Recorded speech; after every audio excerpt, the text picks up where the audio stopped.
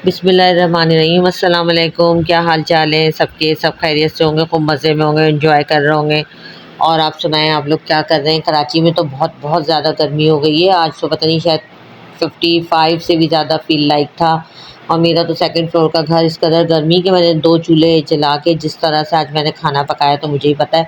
आज मैंने पुलाव पकाई थी और इसकी रेसिपी जो है ना, मैं अपनी अम्मी की रेसिपी की तरह आपसे शेयर कर रही हूँ। तो पहले मैं गोश्त को ना खूब अच्छी तरह फ्राई कर लेती हूँ, उसकी स्मेल निकाल लेती हूँ। फिर मैं लहसुन अदरक डाल के ना उसको खूब फ्राई करती हूँ।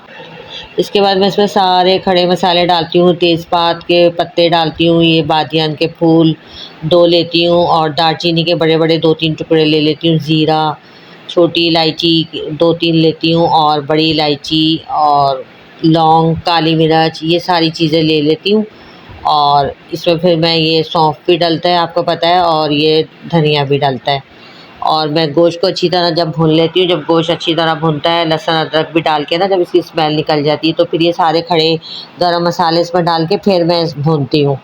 और सुबह से बहुत ही ज़्यादा गर्मी थी। अभी कुछ इलाकों में कह तो रहे हैं सिंध की तरफ बारिश हुई है। अच्छा, अभी अपनी अम्मी की रेसिपी से मैं पुलाव बना रही हूँ। मेरी अम्मी ना इस तरह मलमल के कपड़े में एक पोटली सी बनाती थी सौंफ और धनिए की। तो मैंने भी एक मलमल का कपड़ा लिया और इसको जो है ना सौंफ और धनिए की पोटली बना के ये भी मैं उसमें डाल देती हूँ।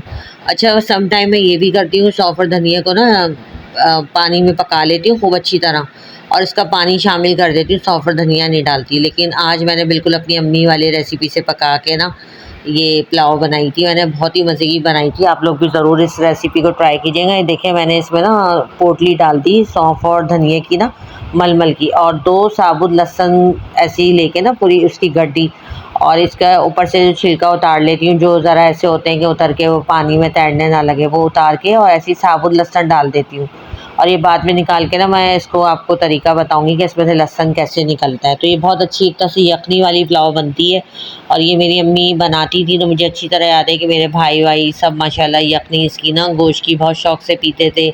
अब्बू भी मेरे पीते थे। लेकिन ये कि आप आपको पता है आजकल के बच्चे कैसे हैं, वो तो बिल्कुल ही ये सब पसंद नहीं करते। मेरे बच्चे तो बिल्कुल ही नहीं पीते हैं।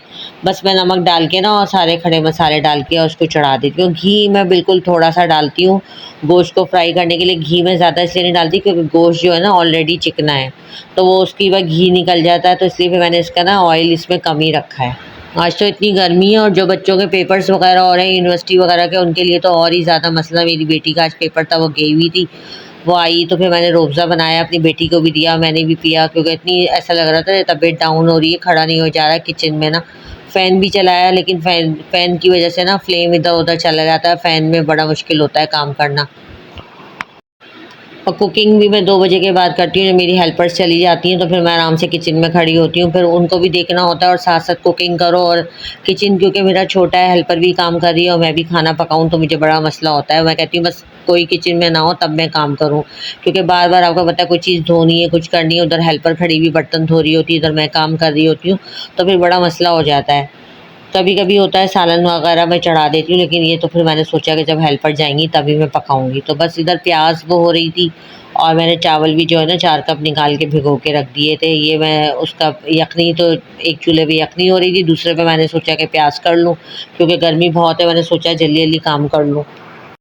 अच्छा, आज के ब्लॉग में मैं यही बात करूँगी कि रिश्ते बनाने से पहले इनका तकद्दुस सीखें। बातें बनाने के लिए लफ्ज़ तो आपके पास बहुत दरकार होते हैं, लेकिन किरदार बनाने के लिए अमल की ज़रूरत होती है। तो रिश्ते निभाने का अगर ज़र्फ़ ना होना तो रिश्ते बनाने से भी आप गुरेज़ करें, क्योंकि लोगों की आदत होती है कि वो बातें करते हैं, हम ये कर देंगे, हम वो कर देंगे, लेकिन होता उनसे कुछ हो नहीं है, अमल कुछ उनसे होता नहीं है, बस सिर्फ वो बातें ही बातें होती हैं। तो लफ्ज़ों का तो कोई फ़ायदा ही नहीं होता ना जब तक आपका अमल ही ना ठीक हो। इसमें ना ज़्यादातर सारा कसूर माँ बाप का होता है, जो वो अपने बेटों की शादियाँ कर देते हैं और बहुएँ लेकर आ जाते हैं। यानी औलाद को अपनी औरत की इज़्ज़त करना नहीं सिखाते। तो तालीम के साथ साथ तरबियत बहुत ज़रूरी है, जो कि माँ नहीं करती, क्योंकि माँ खुद भी तरबियत याफ्ता नहीं होती। आजकल की एक कुछ सासें ऐसी भी होती हैं जो ताने देती हैं अपनी बहुओं को, तुम ये नहीं लाई जहेज़ में, तुम वो नहीं लाई, तुम्हारी माँ ने ये नहीं दिया है, तुम्हारी माँ ने तरबियत सही नहीं करी। मैं तो कहती हूँ जो सास अपनी बहू को ये बात कहती है कि तुम्हारी माँ ने तुम्हारी तरबियत नहीं सही करी, तो मैं तो आपसे यही कहूँगी कि उसकी तरबियत सही नहीं हुई होती। वो सास जो ये बात करती है अपनी बहू से, वो अपनी माँ का अक्स दिखा रही होती, क्योंकि उसकी तरबियत सही नहीं करी होती उसकी माँ ने। अब जब एक औरत की तरबियत सही नहीं होती जो कि सास बन जाती है, तो वो अपनी औलादों की क्या तरबियत करेगी। तो तालीम के साथ साथ तरबियत भी बहुत ज़रूरी है। लोग अपनी औलादों को तालीम दे देते हैं और तरबियत बिल्कुल नहीं करते, और शौहरों की भी आदत होती है वो अपनी बीवियों को तरबियत की ऊपर उँगली उठाते हैं, तो उनकी अपनी तरबियत खुद कौन सी सही हुई होती है। अक्सर शादी के बाद सासें जो हैं बहुओं को ये बात कह देती हैं कि पहला बच्चा मैके पे होता है, कि शादी हुई है तो आप एक हफ़्ते बाद ही ये बात बहुओं को कह रही हैं, तो ये तो उनकी तरबियत में कमी होती है ना। उनकी माँ ने उनकी तरबियत सही नहीं करी होती, तो वो इस तरीके से बातें अपनी बहुओं से करती हैं, तो वो फिर उनकी औलादें भी तरबियत याफ्ता नहीं होती। जो इंसान जो सामने वाले की तरबियत पे अगर उँगली उठाता है ना, तो मैं तो आपसे यही कहूँगी, अल्लाह ताला ने कुछ ऐसा कानून बनाया है कि 4 उँगलियाँ जो है ना वो उसकी अपनी तरफ ही हो रही होती है, क्योंकि उसकी अपनी तरबियत सही नहीं हुई होती है। औरत की इज़्ज़त करना बहुत बड़ी चीज़ है, और एक आदमी ही अपने बेटे को सिखाता है कि औरत की इज़्ज़त कैसी की जाती है। ये बाप का काम होता है सिखाना, माँ का काम बिल्कुल नहीं होता। और इसमें सबसे अहम किरदार ज़बान का होता है, क्योंकि ज़बान से ही आपकी तरबियत का अंदाज़ा हो जाता है कि आपकी तरबियत कैसी है। और ज़बान ऐसी चीज़ है कि आपको एक दूसरे से करीब भी कर देती है और आपको कोसों दूर भी कर देती है। और जिसकी ज़बान अच्छी नहीं होती उसको तो कोई भी पसंद नहीं करता, उससे तो हर कोई दूर हो जाता है। कहते हैं ना कि बोलने से पहले तोलो, सोचो, समझो, फिर बोलो। किसी दिन मैं एक ब्लॉग बनाऊंगी सिर्फ तरबियत पे, पता लगे कि तरबियत क्या चीज़ होती है, तो इस पे मैं एक ब्लॉग बनाऊंगी किसी दिन डिटेल से ना आप लोगों के लिए। हमारे माशरे में ये बहुत कहा जाता है कि लड़की की तरबियत करो, लड़की तरबियत याफ्ता हो, तालीम याफ्ता हो, लेकिन बेटों के बारे में नहीं कहा जाता कि बेटे की भी तरबियत की जाए। माएँ मैंने देखा है अपने बेटों की फटाफट शादियाँ कर देती हैं, तालीम याफ्ता हो या ना हो, लेकिन वो तरबियत याफ्ता तो बिल्कुल ही नहीं होते हैं, और वो शादियाँ करके ले आती हैं बहुएँ, और बाद में मसले मसाइल शुरू होते हैं।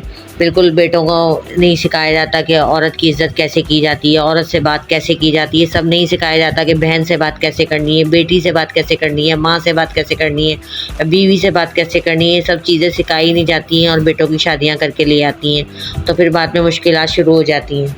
इसमें मैं प्याज मैंने लाल कर ली थी और एक मैंने टमाटर डाल के ना ये मैं मसाला बना रही थी।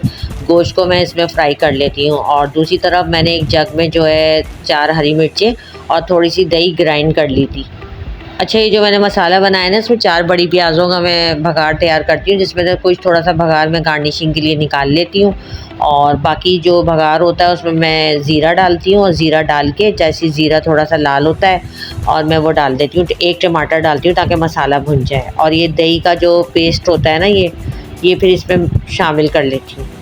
अब मैं ये गोश्त निकालती हूँ, सारा ये गोश्त निकाल के इसमें भून लेती हूँ जो मैंने मसाला तैयार करा है, और दही का पेस्ट भी डाल के इसको हल्के चूल्हे पे रख देती हूँ। बहुओं के लिए तो जब ढूंढते हुए देख लेते हैं कि तालीम भी हो, तरबियत भी हो, काम भी आता हो, उसको 20 साल की उम्र में पूरी घरदारी आती हो, लेकिन बेटे के लिए भी फिर उनको ये सब बातें देखनी चाहिए। आजकल के दौर में माओं को कम से कम अपने बेटों की भी तरबियत पे ख़ास तवज्जो देनी चाहिए।